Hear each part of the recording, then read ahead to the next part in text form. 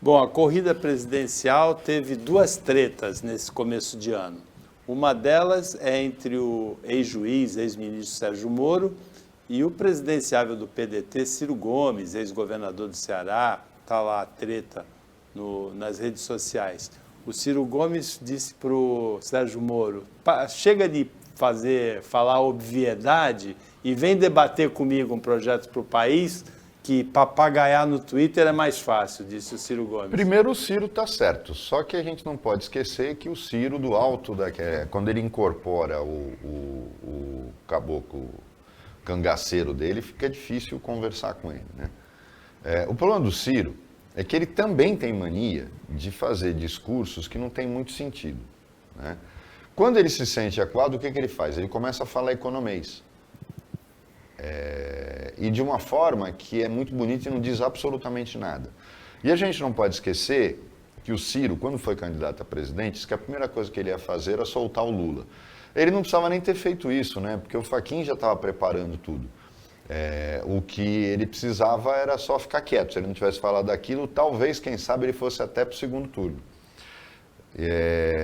O grande problema é a perda do discurso. O Ciro não consegue empolgar, porque todo mundo sabe que uma hora, mais cedo ou mais tarde, ele vai explodir naqueles rompantes absurdos dele. Eu não sei, o Ciro provavelmente não iria fazer aqueles discursos absurdos que o Bolsonaro fazia na porta do palácio, mas se ele fosse presidente, eu acho que ele também ia fazer live falando bobagem. Pode acreditar que não dá para contar muito com o bom senso dele. É um cara preparado? Não tem dúvida nenhuma que é. Muito preparado. Mas, infelizmente, tem esse problema dessa incorporação constante dele, de um cangaceiro, e aí ele começa a falar as bobagens de sempre.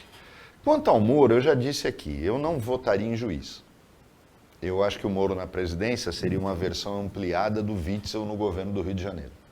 O cara acostumado a mandar, o cara acostumado a ordenar, e o nosso judiciário tem uma estrutura feudal que não muda, que é bloqueada, é murada contra mudanças, não se moderniza. Moderniza na forma, processo digital, mas a estrutura feudal dos tribunais não muda.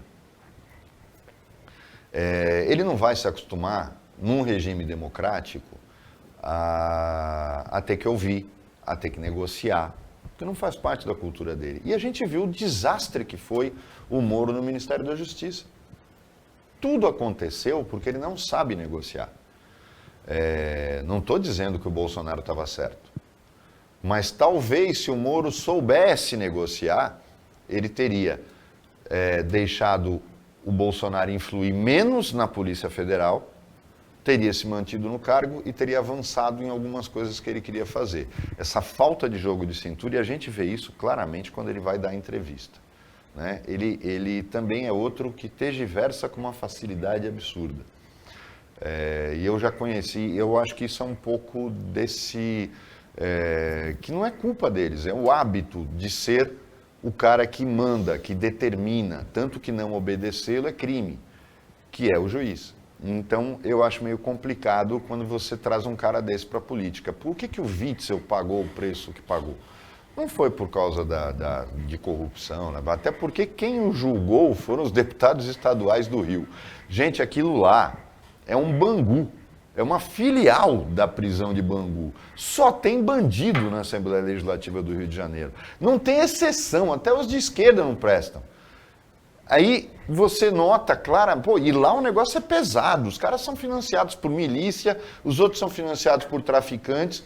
A Assembleia Legislativa do Rio de Janeiro é um negócio assim que eu não entro lá, só se eu deixar a carteira no carro. Eu não entro na Assembleia Legislativa do Rio de Janeiro.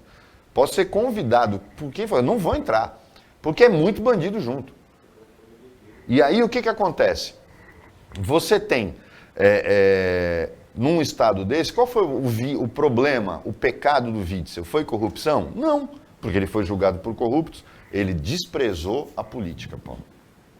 Ele desprezou a política. Esse é o grande pecado de quem não está acostumado a negociar. E aí você tem duas características profissionais que são assim: o magistrado e o militar. O magistrado e o militar deveriam fugir da política, porque eles não sabem conviver dentro dela.